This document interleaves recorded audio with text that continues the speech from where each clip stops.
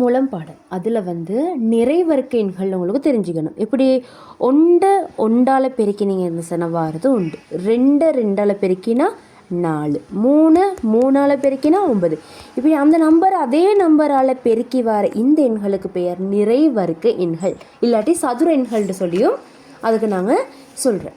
சரியா? இப்போ உங்களுக்கு என்ன வேலைன்னு சொன்னால் 1வது ஆக்டிவிட்டி, சரியா, 1ல் இருந்து 17 வரைக்கும் உள்ள நிறைவர்க்க எண்களை வந்து நீங்கள் எழுதணும். சரியா? இது வந்து 1வது வேலை. அடுத்தது வந்து சில நம்பரோட பாருங்கள், உதாரணத்துக்கு நான் செஞ்சு காட்டுறேன்.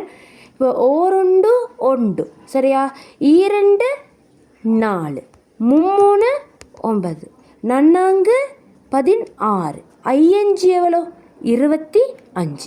சரி, இவ்வளோ மட்டும் எழுதிக்கிறேன். இது எங்களுக்கு இன்னொரு வடிவத்தில் எப்படி எழுதலும்? 1 வர்க்கம், 2 வர்க்கம், 3 வர்க்கம், வர்க்கம் 4 2 முறை, 4 வர்க்கம், 5 வர்க்கம்னு சொல்லியும் எழுதிடும். இப்போ நீங்கள் பாருங்கள், இங்கே சில பேர்த்தோட வர்க்கத்தை கூட்டுறது சில பேருக்கு சமனாயிருக்கும். உதாரணத்துக்கு இந்த 9ஐயும் சரியா இந்த 16ஐயும் கூட்டுறது இந்த 25க்கு சமனாகி பாருங்கள். 9ஐயும் 16ஐயும் கூட்டினா எத்தனை? 25. அப்போ என்னது? 3 வர்க்கத்தையும் 4 வர்க்கத்தையும் கூட்டுறது 5 வர்க்கத்துக்கு சமனாக இருக்கும். விளங்கிச்சா? என்னது? 3 வர்க்கத்தையும் 4 வர்க்கத்தையும் கூட்டுறது 5 வர்க்கத்துக்கு சமம். இதே மாதிரி நீங்கள் எழுதி பார்த்த போகிறோம். 6 வர்க்கமும் 8 வர்க்கத்தையும் கூட்டுறது 10 வர்க்கத்துக்கு சமனாக இருக்கும். சரியா? அதே மாதிரி 12 வர்க்கமும் சும்மா இதை நினைவுக்கு வச்சுக்கோங்க. உங்களுக்கு ஏதாச்சும் ஒரு 2 உதாரணம் கேட்டால் இது 2ஐயும் சரி எழுத தெரிஞ்சுக்கணும். சரியா? 12 வர்க்கத்தையும் 5 வர்க்கத்தையும் கூட்டுறது 13 வர்க்கத்துக்கு சமனாகும். நீங்கள் எழுதிட்டு நான் 17 மட்டும் எழுத சொன்னேன், எழுதிட்டு பாருங்கள். 12 வர்க்கத்தையும் 5 வர்க்கத்தையும் கூட்டி இதுக்கு சமனாகும். இதை எழுதிக்கோங்க. சரியா?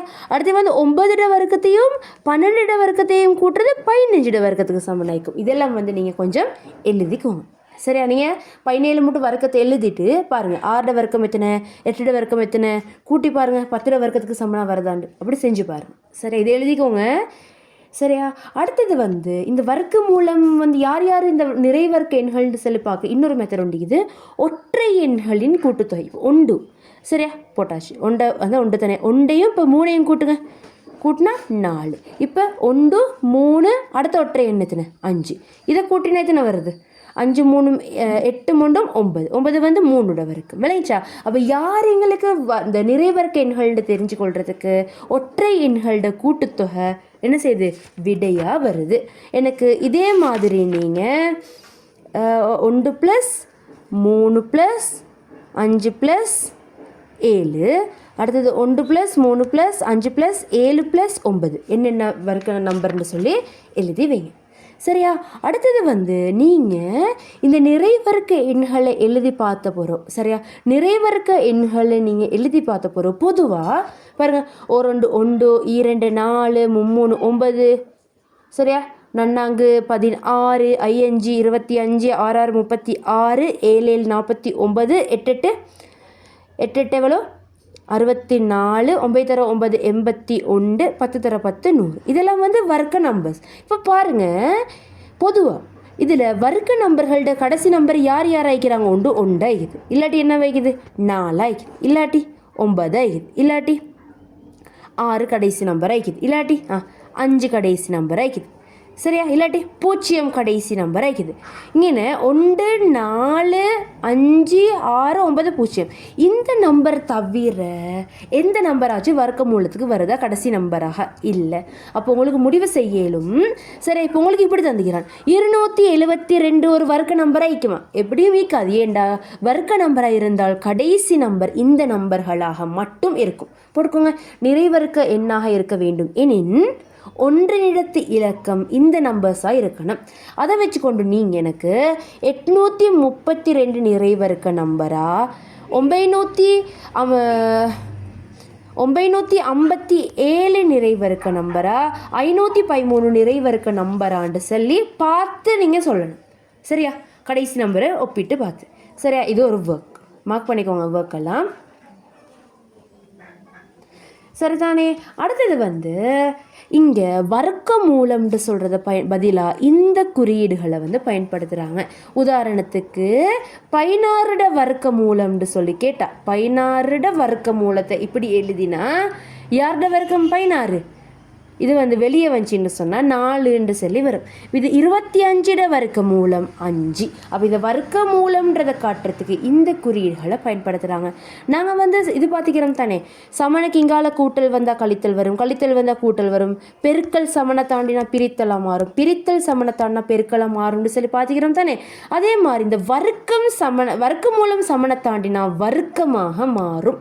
விளைஞ்சா உதாரணத்துக்கு 16 தானே, சரியா, 16 வர்க்க மூலம் வைங்க. இந்த வர்க்க மூலம் சமனை தாண்டினா இங்கிட்ட உள்ள நம்பரோட வர்க்கமாக மாறும். விளைஞ்சா கிளியரா? வர்க்க மூலம் சமனை தாண்டினா வர்க்கமாக மாறுன்றதை நினைவு வச்சுக்கோங்க. சரியா? இப்போ நாங்கள் வர்க்கம் பார்க்குறதுக்கு 1வது மெத்தட் ஒன்று பார்க்க போகிறோம். என்னது? முதன்மை காரணிகளை வச்சுக்கொண்டு எப்படி வர்க்கம் பார்க்குறோம். இப்போ உங்களுக்கு 36 தந்திக்குது. முதன்மை நம்பர்ஸ்ன்னு சொன்னால் அந்த 2 காரணி மட்டும் வீக்கின்னு சொல்லி பார்த்தோம். 2, 3, 5, 7 இல்லைங்க. இதெல்லாம் வந்து யார்? முதன்மை எண்கள். 1வது இந்த முதன்மை எண்களால் பிரிப்போம். 2ஆல் பிரிங்க. 2ஆல் பிரிச்சு எத்தனை? 18. இவரை 2ஆல் பிரிங்க, 9. இவரை வந்து 2ஆல் பிரிக்கலுமா? 7. அடுத்த முதன்மை எண் யார்? 3. 3ஆல் பிரிங்க, பிரிச்சா 3. மறு இவரை 3ஆல் பிரிங்க, அப்போ 1. என்னென்ன நம்பர் இருக்குது? 2 தர 2, 3 தர 3, 3 தர 3. சரியா? இப்போ நீங்கள் இதை சரியாக 2க்கு பிரித்து எழுதுங்க. இதை வந்து நீங்கள் 2க்கு பிரிங்க. அப்படின்னா இப்போ 2 குரூப்புக்கு பிரிக்க போகிறீங்க. எப்படி? ஒரு குரூப்பில் வந்து ஒரு 2ன்னா மற்றது வந்து 3. அது சமநாயகணும் 2ல. அப்படி பிரிங்க. எத்தனை 2 இது? சரி, இதை நீங்கள் 2 குரூப்புக்கு பிரிக்க போகிறீங்க. எத்தனை 2 இது? 2. அப்போ இந்த குரூப்புக்கு ஒரு 2, இந்த குரூப்புக்கு ஒரு 2. இதில் எத்தனை 3 இருக்குது? 2. அப்போ இந்த குரூப்புக்கு ஒரு 3, இந்த குரூப்புக்கு ஒரு 3. அப்போ எப்படி? 2 தர 3, 2 தர 3ன்னு எழுதுறீங்க. விளைஞ்சா பிரித்ததை எழுதுறீங்க. எழுதிட்டு இதை வந்து எப்படி எழுதலும்? எங்களுக்கு 2 தர 3 எத்தனை இருக்குது? எங்களுக்கு 2 இருக்குதுன்னு சொல்லி எழுதலுமே இல்லவா? இவ்வளோ யாட வர்க்கத்துக்கு பார்த்துட்டு வாரம் 36. சரியா? இப்போ நீங்கள் சொல்லுங்கள், இந்த வர்க்கம் சமணத்தாண்ட என்னவா மாறப்போகுது? வர்க்க மூலமாக மாறப்போ 36க்கு வர்க்க மூலத்தை போட்டு 2 தர 3, 3 எத்தனை? 6. அப்போ 36. சரியா? 36 வர்க்க மூலம் யார்? 36 வர்க்க மூலம் யார்? 6. விளங்கிச்சா எப்படி செஞ்சுன்னு சொல்லி? சரியா? அப்போ நீங்கள் அப்படி செஞ்சு கொண்டு போயிட்டு உங்களுக்கு வர்க்க மூலத்தை வந்து காண இயலும். சரியா?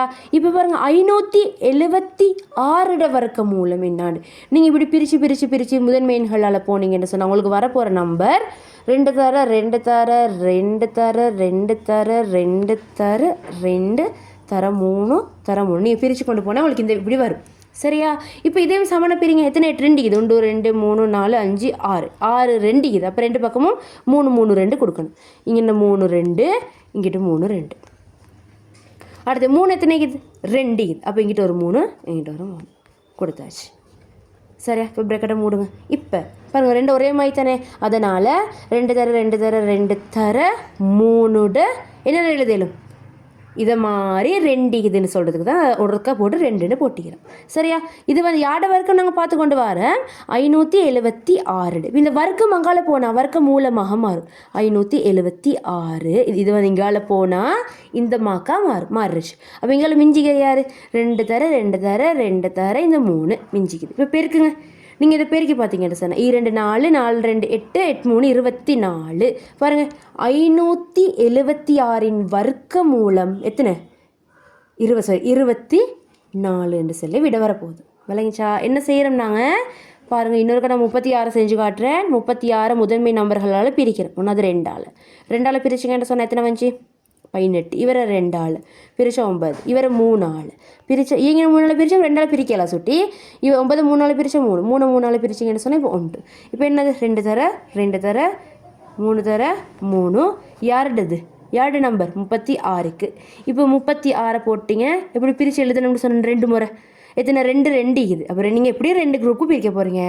சரியா? ஒரு 2 இங்கே, ஒரு 2 இங்கே, 2 3 இருக்குது. அப்போ ஒரு 3 இங்கே, இன்னொரு 3 இங்கே போட்டிங்க. அடுத்த ஸ்டெப்பில் எங்களுக்கு 36 இந்த 2 தர 3 எத்தனை இருக்குது? 1 2 இருக்குது. அப்போ 2ன்னு போட்டாச்சு. இப்போ இந்த வர்க்கம் அங்கால போன என்ன செய்யும்? வர்க்க மூலமாக மாறும். 36 வர்க்க மூலம் 2 தர 3. இப்போ 3 6. 36 வர்க்க மூலம். சரியா? விளையஞ்சா? இப்படித்தான் இது வந்து பார்க்குறேன். இதை வச்சுக்கொண்டு நீங்கள் 144க்கும் 400டையும், சரியா, 400 64 இந்த 3 நம்பருடையும் நீங்கள் எனக்கு இந்த முதன்மை காரணிகளை வச்சுக்கொண்டு கண்டு சொல்லணும். சரியா? அடுத்தது வந்து பொதுவாக ஒரு வர்க்க நம்பர் ஒன்று வைங்கள 1 4 25 16 வேறு 100 ஒரு வர்க்க நம்பர், வேறு 64 ஒரு நம்பர், வேறு 9 ஒரு நம்பர், 9 வர்ற நம்பர் இருக்குது, இல்லாட்டி 49 இருக்குது. சரியா? அப்படி நம்பர் சீக்கி தானே. இப்போ இதில் வந்து நீங்கள் பார்க்குற நேரம் பொதுவாக இந்த வர்க்க மூலத்தில் இந்த கடைசி நம்பர் ஒன்றாக வார ஆக்கள்ட சரியா யார் வரப்போகிறன்னு சொன்னால் ஒண்டா வாரன்னு சொன்னால் நிறைவர்க்க எண்ணிக்கை தானே. ஆயிட்டு இந்த ஒன்றின் இடத்திலக்கம் ஒண்டாகிக்கிறேன்னு சொன்னால் அது வந்து யாரோட வர்க்கமாக இருக்க சான்ஸ் இருக்குதுன்னு சொன்னால் ஒன்று இல்லாட்டி 9 நினைவு வச்சுக்கோங்க. ஒன்று வாரதாக இருந்தால் ஒன்று இல்லாட்டி 9 வந்து இருக்கணும் வர்க்க மூலத்தில் கடைசி நம்பரா. சரியா? 4 வர்க்க மூலமாக வார மாதிரி இருந்தால் அப்படின்ற 4 64 4 அப்படி இருந்தால் இந்த 4 ஒன்றின் இடத்து இலக்கமாக வாரன்னு சொன்னால் அது 2 இல்லாட்டி 8 ஆயிக்கணும். உதாரணத்துக்கு 2 4 8 64 விளைஞ்சா இப்போ நீங்கள் 4 தானே வருது. அப்படி இப்போ பாருங்கள் 5 இருக்கிறன்னு சொன்னால் கடைசி நம்பர் அது 5 மட்டும் தான், 5 மட்டும் தான் நிற்கணும். 6 இருக்கிறன்னு சொன்னால் 4 இல்லாட்டி 6 ஈக்கணும். சரியா? 9 இருக்கிறன்னு சொன்னால் 3 இல்லாட்டி 7 ஈக்கணும். 0 சொன்னால் 0 தான் நிற்கணும் கடைசி நம்பரா அப்படின்னு சொன்னால் உதாரணத்துக்கு இவரை பாருங்கள். கடைசி நம்பர் 4 இருக்கக்கூடிய வர்க்க நம்பரை பாருங்கள் 4 இல்லாட்டி 64 இது தான் கடைசி நம்பர் 4 வைக்கக்கூடிய வர்க்க மூலங்கள். இப்போ இதில் பாருங்கள் இதில் கடைசி நம்பர் யார் 4. சரியா? 4 யாட வர்க்கம் 2 64 யாட வர்க்கம் 8 விளங்கிச்சா? அப்போ இந்த கடைசி நம்பர் 4ஆக இருக்கணும்னு சொன்னால் அது 2 இல்லாட்டி 8 அப்படி ஐட ஒன்றின் இடத்து இலக்கம் 2 இல்லாட்டி 8 இருக்கணும்னு சொல்கிறாங்க. 25 ஒரு வர இது யாட 5. இப்போ பாருங்கள் 16 36 இதெல்லாம் கடைசி நம்பர் 6 வரக்கூடிய வர்க்க மூலங்கள். 16 யார்ட 4 36 யார்ட 36 யார்ட நம்பர் 6. அப்போ 4 இல்லாட்டி 6 ஒன்றின் இடத்து இலக்கமாக இருந்தால் என்ன செய்யும் அங்கே வந்து ஒன்றின் இடத்து வர்க்கத்து ஒன்றின் இடத்து இலக்கம் 6 ஆயிக்கும். அப்போ அப்படி வச்சுக்கொண்டு எங்களுக்கு இது அவதானம் மூலம் பார்க்கலும். சரியா? இது ஒரு மெத்தட் மார்க் பண்ணிக்கோங்க இந்த நம்பர்ஸை. சரியா? அடுத்தது வந்து பாருங்கள் என்ன சொல்கிறாங்கண்டா இப்போ 101 இருந்து 1000 வரைக்கும் இப்போ நாங்கள் 100 வரைக்கும் தானே பொதுவாக பார்த்துட்டு வரோம், 100க்குள்ள நம்பர்களை பார்த்துட்டு வரோம். இப்போ 101 இருந்து 1000 வரைக்கும் உள்ள இடத்துல 10ஆவதாக இருக்கக்கூடிய நம்பர் உதாரணத்துக்கு 961 இதில் 961 வந்து சரியா 100 இடத்து இலக்கம் யார் இதில் உள்ள 100 இடத்து இலக்கத்தை நீங்கள் பார்க்கலாம். 100 இடத்து இலக்கம் யார் 9. சரியா? 100 இடது இலக்கம் வந்து 9. இது வந்து 9ஆக இருந்தால் சரியா 100 இடத்து இலக்கம் வந்து 9ஆக இருந்தால் 10 இடத்து இலக்கம் இவருட அப்படின்னா 100 இடத்து இலக்கம் வந்து ஒரு வர்க்க நம்பராக இருந்துச்சுன்னா யாட வர்க்கம் 3 அப்போ அது வந்து 10 இடத்து இலக்கமாக இருக்குமா. எப்படி சொல்கிறேன்டா பாருங்கள் இன்னொருக்கா சொல்கிறேன். இப்போ என்ன சொல்கிறாங்கன்னு சொன்னால் இப்போ நாங்கள் பார்த்தோம் ஒன்றின் இடத்து இலக்கம் பார்க்குறதுக்கு எப்படி கண்டுபிடிக்கிறதுக்கு இவ்வளோ மெத்தட் பார்த்துக்கிறோம். சரியா? இப்போ 10 இடத்து இலக்கம் ஒன்றின் இடத்து இலக்கம்னா கடைசி நம்பர் வந்து இந்த நம்பராக இருந்தால் இதுகள் வரும்னு சொல்லி பார்த்துக்கிறேன். இப்போ அதுக்கு முன்னுக்குள்ளே 10 இடத்து இலக்கம் எப்படின்னு பார்க்குறேன். சரியா? இப்போ உதாரணத்துக்கு இந்த 100 இடத்து இலக்கம் 9ஆக இருந்தால் 9 யாட வர்க்கம் 3 அப்போ இந்த 10 இடத்து இலக்கம் 3ஆக இருக்கும். விளங்கிச்சா? அப்போ இந்த இடத்துல வந்து இப்போ 4 இருக்குதுன்னு சொல்லுவீங்க. அப்போ இந்த இடத்துல யார் வரப்போகிற 4 யாட வர்க்கம் 2 கடைசி நம்பர் பார்க்குறதுக்கு மேலே உள்ள மெத்தட். ஐக்கிய போகிற உள்ள 10 இடத்து இலக்கம் பார்க்குறதுக்கு 100 இடத்து இலக்கம் ஒரு வர்க்க நம்பராக இருந்தால் அவரோட வர்க்கம் தான் இந்த இடத்துல வரப்போகுது. விளங்கிச்சா? யாட வர்க்கமோ அவர் இங்கே வரப்போகிறாரு. இப்போ பாருங்கள் 961 ஒன்றின் இடத்து இலக்கம் யார் 1. இதில் ஒன்றின் இடத்து இலக்கம் யார் 1. சரியா? ஒன்றின் இடத்து இலக்கம் 1ஆக இருக்கணும்னு சொன்னால் கடைசி நம்பர் யார் யாராக இருக்க சான்ஸ் இருக்குது 1 இல்லாட்டி 9ஆக இருக்க சான்ஸ் இருக்குது. சரியா? இப்போ பாருங்கள் இதில் 100 இடத்து இலக்கம் யார் 9. 100 இடத்து இலக்கம் அவருண்டா 10 இடத்து இலக்கம் எப்படியும் யார் வரப்போகிற 9 யாட வர்க்கம் 3 அப்போ இவருக்கு 3 போடும் இவருக்கு 3 போடும். இப்போ நீங்கள் இவர் 2 பேரையும் போட்டு பெருக்கி பார்த்தா இவங்க 2 பேர்த்தில் ஒருத்தர் தான் என்ன செய்ய போகிறாங்க இதுக்கு விடையாக வரப்போகிறாங்க. விளங்கிச்சா? இப்போ பாருங்கள் எப்படி சொல்கிறேன் மறுவா சொல்கிறேன். இப்போ உங்களுக்கு ஒரு நம்பர் தந்திக்குது 961 சொல்லி தந்திக்குது. ஒன்றின் இடத்து இலக்கம் 1 என்னது இங்கே ஒன்றினெடுத்த இலக்கம் உண்டு. ஒன்றினெடுத்த இலக்கம் ஒன்றாக வரணும்னு சொன்னால் இப்போ நாங்கள் கண்டுபிடிக்க போகிற நம்பரோட ஒன்றினெடுத்த இலக்கம் என்னவா இருக்கணும்? 1 இல்லாட்டி 9 ஆகிக்கும். அப்போ 1 வர சான்ஸ் இருக்குது, இல்லாட்டி 9 வர சான்ஸ் இருக்குது. எழுதியாச்சு. அடுத்தே பாருங்கள், நீங்கள் இந்த நம்பரில் 100 இலக்கம் யார்? 100 இலக்கம் யார்? 9. இது ஒரு வர்க்க நம்பராக இருந்தால், இது ஒரு வர்க்க நம்பராக இருந்துச்சின்னு சொன்னால் இது வந்து என்ன? 9. அப்போ யாரோட வர்க்கம்? 3 வர்க்கம். அப்போ அந்த 3 தான் எப்படியுமே 10 இலக்கமாக வரப்போகுது. 100 இலக்கம் வந்து ஒரு வர்க்க நம்பராக இருந்தால் அதோட இவளைச்ச வர்க்க மூலம் தான் என்ன செய்ய போகுது? இந்த இடத்துக்கு விடையாக வரப்போகுது. 10 இலக்கத்துக்கு 100 பார்க்குற 10 கண்டுபிடிக்கிறதுக்கு விளங்கிச்சா? அப்போ நீங்கள் இப்போ 31 தர 31ஐயும் 39 தர 39ஐயும் போட்டு பெருக்கி பார்த்தீங்கன்னு சொன்னால் உங்களுக்கு 31 தான் விடை வரப்போகுது. 31 தர 31 பெருக்கி பார்த்தீங்கன்னு சொன்னால் விடை வந்து வருது 961. அப்போ 31 தண்டு சொல்லி கண்டுபிடிக்கணும். உங்களுக்கு எல்லா நம்பரையும் போட்டு பெருக்கி நீக்காமல் இப்படி கண்டுபிடிக்கிறதுக்கு தான் என்ன செய்கிறாங்க? இந்த மெத்தட். சரியா? இப்போ பாருங்கள், இதை பாருங்கள். இப்போ உங்களுக்கு வந்து இது 625. சரியா? 625. சரியா? சரி, 625 விடுங்களே. இன்னொன்று லேசானது ஒன்று சொல்கிறேன் பாருங்கள்.